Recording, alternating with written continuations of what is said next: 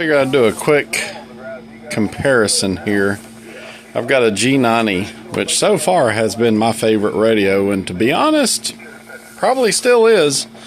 I did buy this one, so this is an FT-991 or a FT-991a. I also have an 891 in my car, and you know, I did compare the 891 to this radio, and so far I still prefer this radio, but I like the digital noise reduction in the other one. But I wanted you to see a couple of different things here. So these radios apparently have got a little bit of age on them. I just paid $1,200 for it, and I do like the radio. This is going to be my I like the size of it. It's smaller than I really thought it would be. So you can see the G90, which is a pretty small radio, and you can see this one, which isn't, it's not terribly small. It's not something I think I'd really want to put in a vehicle, but you know, it's small. It's better than my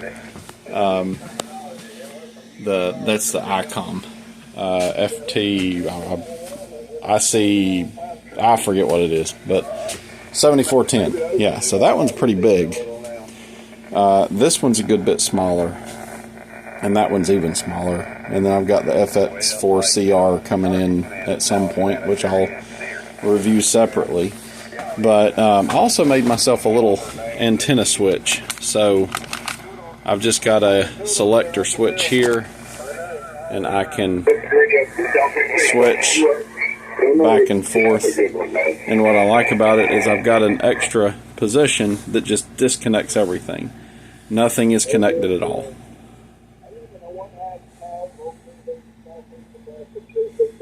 That's interesting. It can still kind of hear.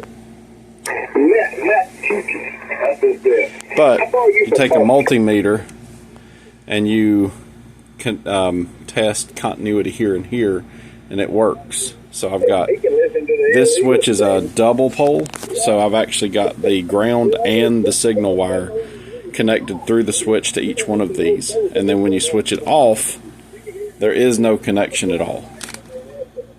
So I'm just curious.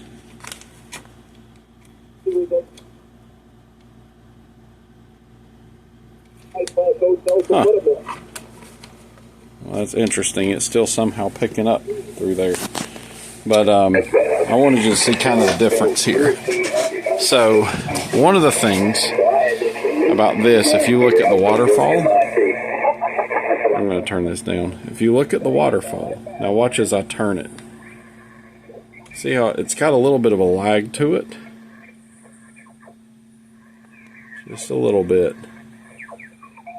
Let's go back to 163. Okay, so it's got a little bit of a lag to it there.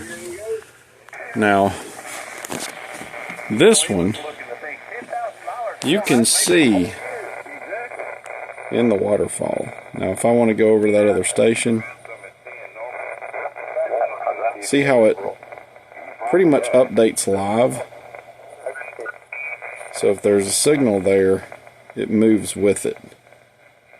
So I really like that. That's pretty nice. This is actually more responsive than this when you're looking at the waterfall. So I like the waterfall on this radio a lot better. Obviously I do like the size. The power draw on this is like 3 amps at 20 watts versus like 7 or 8 amps at 20 watts if you're pulling 20 watts. But this one will go up to 100. And one of the big reasons I bought this is I was looking at the FT710. That's probably going to be my next radio that I buy.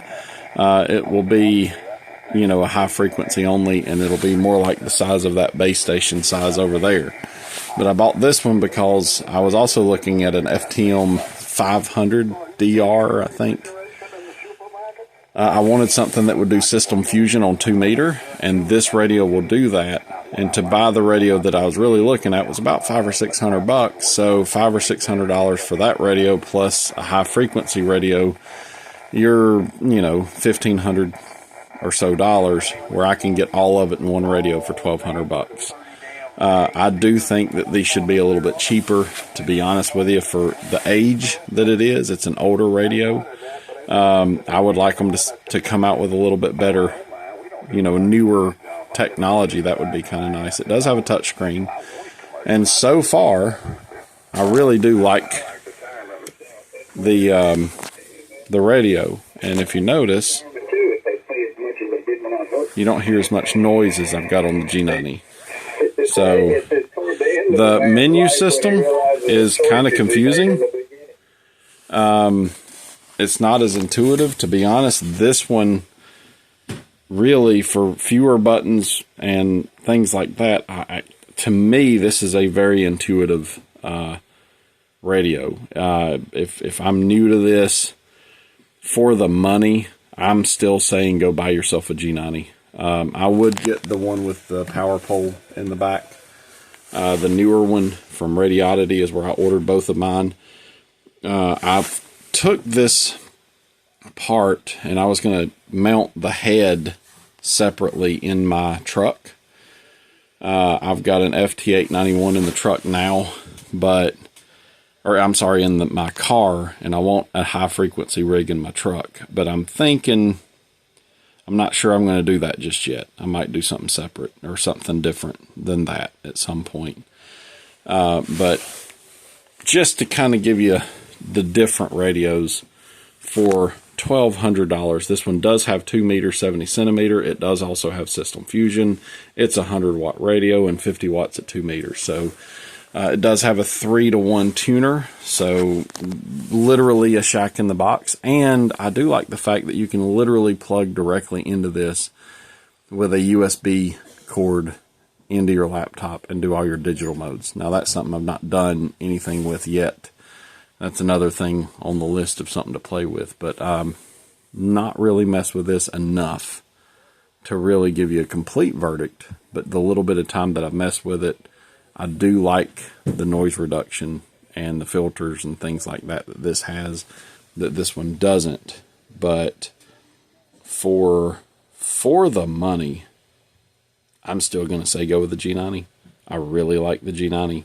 I actually like the microphone that the G90 comes with. Now, if you look, you've got 2 meter and 70 centimeter, 6 meter, 10 meter, all on this one thing here.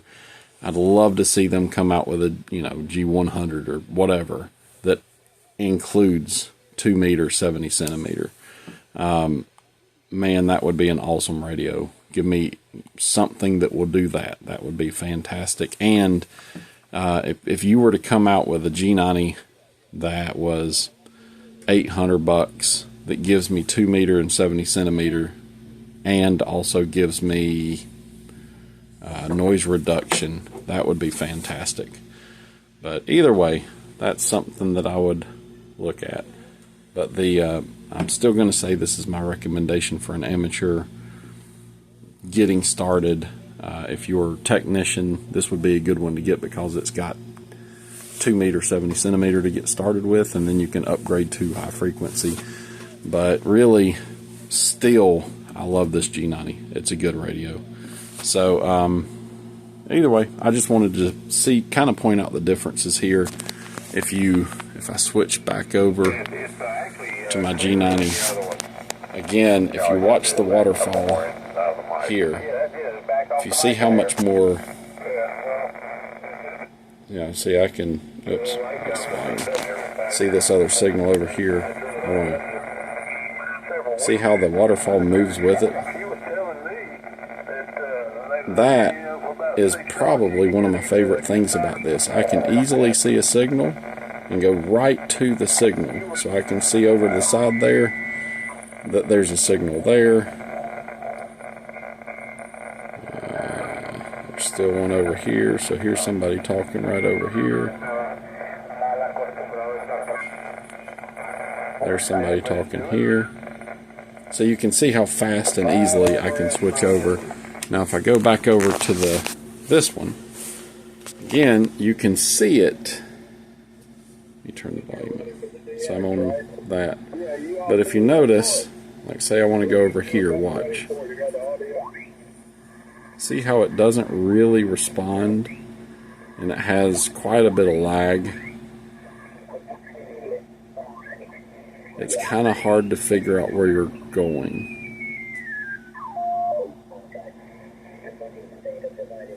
So not as responsive. And to be honest with you, for the money you pay for this one versus this one, I mean, this is an awesome little radio. So I'm still going to say one of my favorite radios by far is this G90. Now, again, my plan is once I recover a little bit from buying this radio, this one is going to be my sort of base station radio for now, but it will eventually go into my camper, which is why I wanted this one. It would be one radio I can stick in my camper, and it gives me pretty much everything in a box. Everything I need.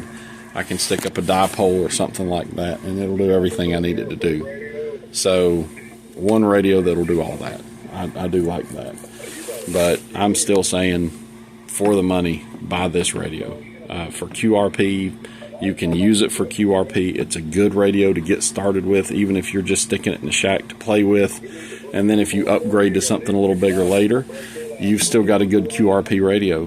The power draw is next to nothing. I can run this on a DeWalt tool battery and run it for a long time, transmitting on a small 4 amp hour DeWalt tool battery. So that's one of the 12 volts. And actually, I keep saying DeWalt. It's basically a DeWalt, but it's the Bauer, or not Bauer, Hercules batteries from Harbor Freight that I've been using. But I'm telling you, I do like this radio. I am not saying I have buyer's remorse, but I almost think I probably should have just bought the FT-710. Everything I've seen, the FT-710 is a fantastic radio, but I wanted something with 2 meters, 70 centimeters included, so I bought this one. And this will still be a good radio to have, but I will eventually get the FT-710. So anyway, just wanted to do a quick comparison, show my little switch here. I just 3D printed this box, and I've got a back that screws in there, and I've just got this wire connecting between each one of these. So my idea was I can just easily switch between radios by switching that, or I could switch to antennas, or I could switch off of all three of these options, and it would isolate my radios from everything. Now, what I have found is this radio does, I think it is a little more sensitive. I think I can pull signals in with this one that I can't pull in with this one, but I'm not 100% sure about that. I mean, it's a toss-up. So far, I've really been able to pull in a lot of signals with this little G90, and it's been a fantastic radio. For the money, again, I don't know if I could justify this if I was low on funds. You know, I'm blessed to have a pretty decent paying job, so I'm able to buy stuff like this. But if it were just getting started and I wanted a good high frequency radio to play with, I would get this radio. And, you know, another thing about this one is the tuner on it is fantastic. This tuner seems to struggle doing the same thing that this tuner just picks right up. I mean, it's like right off the bat, it tunes it right in, where the tuner on this thing is, it's okay, but it's not great. So I think this will go up to a 3-to-1, and this one I think will go up to a 9-to-1, but I'm not sure. So, like I said, just a great little thing to get. Another thing about this is nobody seems to make a BNC antenna switch, which is why I just built one. A lot of what I've been doing, you can buy some fairly cheap coax and run it on BNC. I just buy it in bulk and then make my own cable with the connectors, and that seems to work out pretty good. Plus, I've noticed if you buy the cable itself, cable itself is not bad if you buy it in bulk. Plus, you get to see what the cable actually consists of. When I bought some just connectors, just like a 25-foot terminated BNC cable, it's not as good quality as something that I've put together myself. I seem to get better quality signals and things out of something that I actually connect myself. I do tend to solder everything together, like the pins, I'll solder them in, but that's something that I've noticed. But it's kind of what I've standardized on. You can go up to 100 watts with BNC without any problem. And so I don't see me anytime soon going to 1500 watts or any kind of amps, because the amps cost so much. I think I'm just going to stick with 100 watts for now and see what I can do and try and get my antennas situated and figure out some antenna theory and do that kind of stuff. And then once, maybe down the road, right now this is my bedroom. So I've got crap everywhere, but eventually all of this is going to go into an office. We're still working on some bedrooms for my kids, but whenever I get one of my bedrooms completed and my other kid moves out of it, this is all going into an office that he's using as a bedroom now. But maybe when I do that, it's actually kind of in the middle of the house, and it'll give me a better way to get antennas up.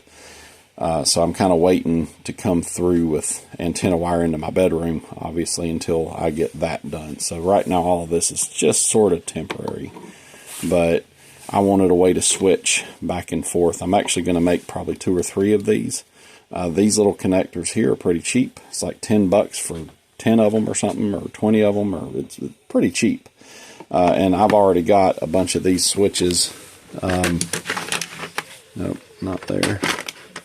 Here we go. So I've got a bunch of these already that I already had for a different project anyway.